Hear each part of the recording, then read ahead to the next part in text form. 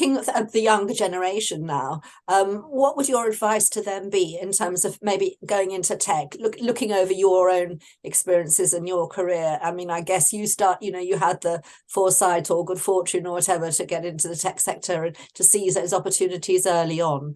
Are you encouraging your young people who approach you to go into the tech sector particularly? Well, I think what I would say is different today, because when I was younger, tech was a very clearly defined type of company, type of industry.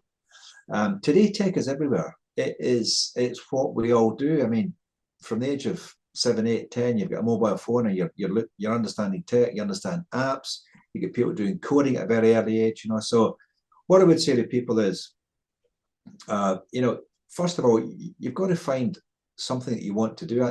Somebody once said, that the key to a happy life is to find something you like doing and get paid for it. And I think that's very true. And that's what's always happened with me. And I say to people that there is no wrong door into a company. Get into a company, any level, if you have to help out with, processing payroll or invoices, it doesn't matter, because smart, bright people get noticed. Cream always rises to the top quite quickly. So get into a company, don't get too hung up on the title or what it is. Just get in there and start, contributing. Thirdly, if you really have got an interest and a curiosity about tech, and you like to go a bit further, you like to get into either coding or becoming, a data scientist or into analytics, because this is where the tech that we've got today allows us to use great technologies like AI and machine learning to solve difficult business problems. And so I think the great jobs going forward are those who have got a business experience, a business mind, and know how to apply tech to those problems.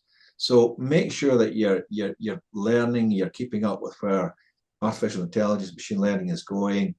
And if you want to be in that space, there's going to be lots of opportunities for modern apprenticeships, you don't have to be a graduate to get into tech. And, look at some of you're going to find GCHQ, the government, Ministry of Defense, a lot of big organizations are going to be starting to ingest lots of tech,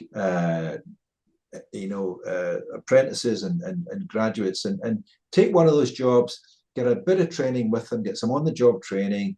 You don't have to stay there forever. Do it for 3, 4, 5 years. Then you can go off and become a great data scientist in investment banking or something else. So I just think technology is going to be part of our lives going forward, working and personal life. So you can't avoid it.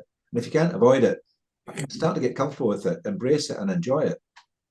And obviously you haven't been driven by getting rich. That wasn't sort of your main goal in life. I mean, do you think that, that works? Do you think people who might think, oh, I'll have a career in tech because, that's the way to get rich quickly, is that sort of relevant, or would that not really be successful, do you think? Well, look, I've done pretty well. I certainly can't complain. I've got a very good lifestyle. I don't have any private jets or polo ponies or need lots of the accoutrements of that.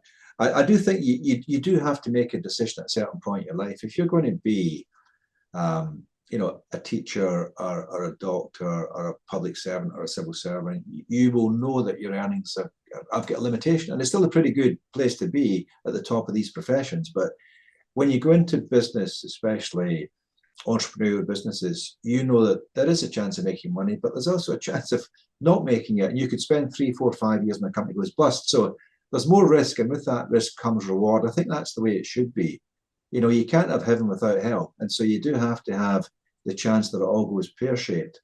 And that's, I'd say to people, if you're doing it only for the money, it's probably not the right motivation. But if you know that if you put your life and soul into it, and if it's really successful, there is a bit of upside, that's quite a nice place to be.